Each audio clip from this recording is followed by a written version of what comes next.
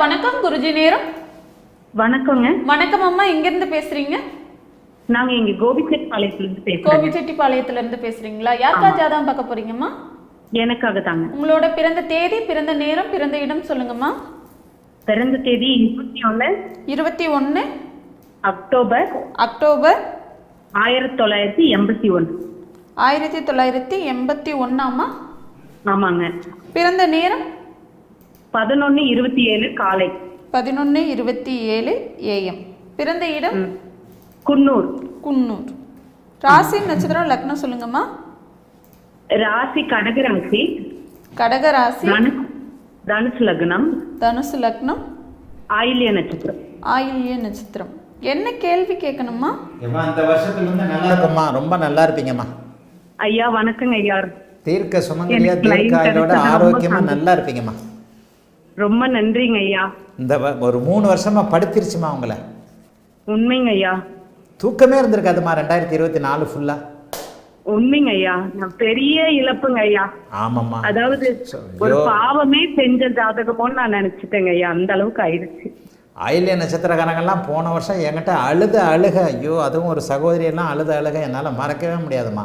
அதுக்கு முன்னாடி பூச நட்சத்திரக்காரங்க 2023 ஜாதகம் ஆயில்ய நட்சத்திரம்னா பூச நட்சத்திரம்னாலே பயப்படுவேன் நான். அந்தளவுக்கு ஏதோ ஒரு சோக கதையை வச்சுருப்பீங்க. இழப்பு இழப்பு இழப்பு இழப்பு.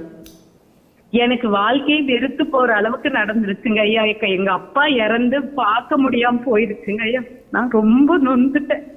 கவலைப்படாதீங்கம்மா. எங்கே போயிட்டார் உங்கள் அப்பா? தெய்வமாக உங்கள் பக்கத்தில் தான் இருக்கிறாரு. எங்கே போயிட்டார்? நீங்களும் நானும் பேசிக்கிட்டு இருக்கிறத கேட்டுக்கிட்டு இருக்கிறாரு. கவலைப்படாதீங்க. ஐயா எதுக்கு தான் எனக்கு எல்லாமே சரியில்லாம இருக்கா என்ன, எதனால அந்த மாதிரின்னு எனக்கு ரொம்ப ஒரு குற்ற உணர்வு. அவரோட கடைசி காரியத்துல பங்கு பெற முடியாம போயிடுச்சுங்க ஐயா. அது ரொம்ப கஷ்டமா. கவலைப்படாதீங்கம்மா. ஒரு எப்போவுமே தனுசு லக்னத்திற்கு சுக்கிரபக்தி சுக்கிரதசையெல்லாம் ஆகாதுன்னு நிறைய இடங்களில் சொல்லியிருக்கிறேன். கடைசின்னா அப்பாவையும் கொண்டு போயிடுச்சு, அதுதான் உண்மை. இப்போ அதுக்கடுத்து வரக்கூடிய சூரிய தசை கூட பெரிய அளவில் சோதனைகளை கொடுக்காது. 11ஆம் இடத்துல தான் அவர் இருக்கிறாரு. அடுத்தடுத்து இனிமேல் நல்லா இருப்பீங்கம்மா. ஆயில்ய நட்சத்திரக்காரர்களுக்கு இந்த போன வருஷம் செப்டம்பர் வரைக்குமே பிரச்சனை நீடிச்சது. நான் நிறைய பேருக்கு சொன்னேன் பாருங்க, ஆயில்ய நட்சத்திரக்காரங்களுக்கு இன்னும் அஷ்டமச்சனி முடியல, பாதிப்புகள் இருந்துகிட்டே இருக்கு. செப்டம்பர் மாதம் 14ஆம் தேதியிலிருந்து தான் ஏதோ ஒரு கணக்கு பார்த்து நிறைய லைவ்ல சொல்லிக்கிட்டே இருந்தேன். செப்டம்பர் 14 உங்களோட பலன் தான், அதாவது தாங்குற சக்தியை கொடுத்துச்சுன்னு சொல்லலாம். இல்லைன்னா ரொம்பவுமே உடஞ்சு போயிட்டேன். கவலைப்படாதீங்கம்மா. உங்க அப்பா எங்கேயும் போயிடலாமா, இங்கே தாம்மா இருக்கிறாரு. 9ஆம் இடம்லாம் ஓரளவுக்கு பரவாயில்ல. ஒன்றும் எல்லாம் என்ன இருந்தாலும் தெய்வமாகி போனவர்கள் இங்கே மனுஷனாக இருக்கும்போது நமக்கு ஹெல்ப் பண்ண முடியாததை தெய்வமாகி நமக்கு செய்வாங்கம்மா. கவலைப்படாதீங்க. பெரிய இக்கட்டிலிருந்து வெளியே வந்திருக்கிறீங்க. சுக்கிரன்லாம் இனிமேல் கொஞ்சம் அஷ்டமச்சனி முடிஞ்சிட்டதுனால சூரியன்லாம் கொஞ்சம் வேலை செய்யும். சந்திரதசை கூட பெரிய அளவில் கெடுதல்களை செய்ய முடியாத அமைப்பில் தான் நல்லா தான் இருக்குது. ஜோசியம் உங்களுக்கு கொஞ்சம் வருமா? புதன் குரு சேர்ந்துருக்கிறதுனால. உண்மைங்க ஐயா. உங்க கிளாஸ் அட்டெண்ட் பண்ணிட்டு இருக்கீங்க ஐயா. உங்களுக்கு ஜோசியம் வரும். ஜோசியத்தை விட்டுறாதீங்க. ஜோதிடம் ஓரளவுக்கு உங்களுக்கு நல்லாவே வரும். அங்கே புதன் உச்ச பலத்தோடு குருவியோடு சேர்ந்துருக்கிறதுனால ஜோதிடம் உங்களுக்கு நல்லாவே வரும். சூரிய திசையில் கொஞ்சம் கொஞ்சமாக எந்திரிச்சு வெளியே வருவீங்க. கவலைப்படாதீங்க. அப்படிலாம் பாக்கியாதிபதி திசை கைவிட்டுறாது. 5 குடைவன் 9ஆம் இடத்துல உட்காந்து 9ஆம் அதிபதி நீச்சமானாலும் 11ஆம் இடத்துல நீச்சமானாலும் அவர் 11ஆம் இடத்துல இருக்கிறாரு. பரமநீச்ச பாகையை நோக்கி 6 டிகிரி நெருங்கின நிலைமையில் இருக்கிறாரு.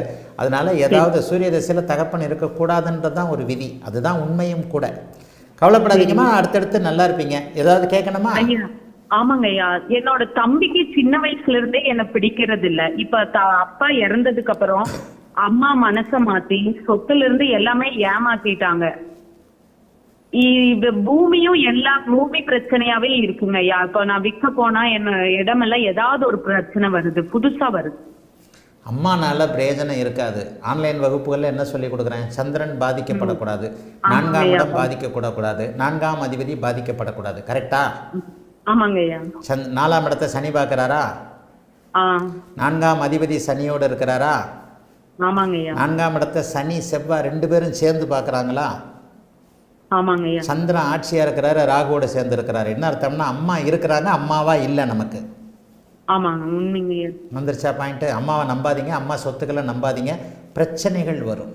ஆனால் என்ன ஒன்று, கடகம் பாதிக்கப்படக்கூடாது. நல்ல வேளையாக கடகத்தில் சந்திரன் ஆட்சியாக இருந்து பாதிக்கப்பட்டிருக்கனால தாயுடைய சொத்துக்களை ஓரளவிற்கு இவ்வளவு கிடைக்கணும்னா இவ்வளோண்டு அனுபவிக்க முடியும். அதே மாதிரி சிம்மம் வலுத்திருக்கனால தகப்பன் சொத்துக்கள் கண்டிப்பாக உங்களுக்கு உண்டு. அது வந்ததுங்க ஐயா. அது நீங்க உண்மையிலே நான் கையெழுத்து போட்டு தான் எங்க அப்பா மரணத்துக்கு காரணமாயிருச்சான் தான் ரொம்ப கில்ட்டி ஆயிடுச்சுங்க. அம்மா நாங்கள் எல்லாம் ஒரு நாள் உங்களை விட்டுட்டு போத்தாமா போகிறோம். எல்லாரும் யாரும் இங்கே சாஸ்வதம் இல்லை. உங்கள் அப்பா இறந்தாலும் தெய்வமாக தான் இருக்கிறார், கவலைப்படாதீங்க. சரியா? சரிங்க ஐயா. இது சகோதரன் சேர மாட்டாராங்க ஐயா? அவர் ஏங்க ஐயா அப்படி பகையாவே? இல்லை இல்லை இல்லை இல்லை இல்லை. செவ்வாய் சுபத்துவமாக இருந்தால் தான் சகோதரனால் ஏதாவது ஒன்று. செவ்வாய் சுபத்துவம் இல்லைன்னா நல்லா இருக்காது. செவ்வாய்க்கும் குருவுக்கும் கூட டிஸ்டன்ஸ் அதிகமாக இருக்குது. செவ்வாய் சுபத்துவமாக இருக்க வேண்டும். 3, 11ஆம் இடங்கள் வலுத்திருக்கணும். 3ஆம் இடத்தை செவ்வாய் பார்க்கக்கூடாது. தனியாக இருந்தாலும் 3ஆம் இடத்தை பார்க்கக்கூடாது. ராசிக்கு 3, லக்னத்திற்கு 3 அடிபடக்கூடாது. ரெண்டையும் டக்கு டக்கு டக்குன்னு உயிர் காரகத்துவத்துக்கு என் மாணவின்றீங்க எடுத்துட வேணாமா அப்படியே பாயிண்ட்டை. ராசிக்கு 3ஆம் இடத்துல சனி இருக்கிறாரா? லக்னத்துக்கு 3ஆம் இடத்தை செவ்வாய் பார்க்குறாரா? அப்புறம் தம்பி எப்படி நமக்கு வந்து சப்போர்ட் பண்ணுவான்? அம்மாவுக்கு சொன்னேன்ல, லக்னத்திற்கு 4ஆம் இடத்தை சனி செவ்வாய் 2 பேரும் சேர்ந்து பார்க்குறாங்கன்ட்டு. இப்படித்தான். தம்பியெல்லாம் கடைசி வரைக்கும் நம்பாதீங்க. தம்பியோடைய உறவு சந்திர தசையில் முழுக்க கெடும். தம்பியோட பேச மாட்டீங்க. பேசுறது இல்லைங்க ஐயா. சந்திர தசையில் அவன் தம்பியே இல்லைன்னு எப்பயாவது என்கிட்ட தம்பின்னு சொல்லிட்டு இப்போ ஜாதகம் கேட்டுக்கிட்டு இருக்கிறீங்க. இந்த 3-4 வருஷம் தான் சந்திர தசையில் எனக்கு என் கூட தம்பியே பிறக்கலைன்னுவீங்க. ஆமாங்க ஐயா. அம்மா இப்பவே அந்த நிலைமைக்கு கொண்டு போயிட்டாருங்க ஐயா. அது 4 வருஷத்துல மொத்தம் சந்திர தசையில் அம்மாவுக்கு பிறகு அப்படிலாம் என் கூட யாரும் பிறக்கல, நான் தான் என்னை பற்றி பேசுங்க, அப்படிலாம் யாரும் என் கூட இல்லைன்னுவீங்க. இப்படித்தான் உறவுகள் இப்படித்தான் இருக்கும். ஆனால் நீங்கள் நல்லா இருப்பீங்கம்மா. தந்தையுடைய அமைப்பு, தந்தையுடைய சப்போர்ட்டு, இறந்து போன தந்தை ஏதாவது உங்களுக்கு செய்து வச்சுட்டு தான் போயிருப்பாரு. வேற எதுவும் நல்ல இது கெடுதல்கள் இருக்காது, கவலைப்படாதீங்கம்மா, நல்லா இருப்பீங்க. வேற ஏதாவது கேட்கணுமா? என்னம்மா? இடம் எல்லாம் விற்க போனா ஏதாவது ஒரு பிரச்சனையிலேயே இருக்குங்கய்யா எல்லா பூமியும். இப்ப சூரிய தசையில ராகு புக்தி இப்ப முடியட்டுமா? ஜூன் மாசம் வரைக்கும் ஒன்றும் நடக்காது, செய்யாதீங்க. சரிங்க ஐயா. சூரிய தசை ராகு புக்தி வரைக்கும் உங்களுக்கு மனசு வேலை செய்யாது. ராகு சந்திரனை பீடிச்சிருக்கிறார் இல்லையா, 8ல் இருக்கிறார் இல்லையா. சூரிய தசை ராகு புக்தி வர ஜூன் வரைக்கும் இருக்கு. சூரிய தசை குரு புக்தியில் இருந்து தகப்பன் சொத்துக்கள், பூர்வீக சொத்துக்கள் விஷயமா நல்லதுகள் நடக்கும். ஜூன் மாதம் வரைக்கும் எந்த முயற்சியும் செய்ய வேண்டாமா. வாழ்த்துக்கள்மா, நல்லா இருப்பீங்கம்மா. அழைத்ததற்கு நன்றி அம்மா. வணக்கம் குருஜி. நேரம்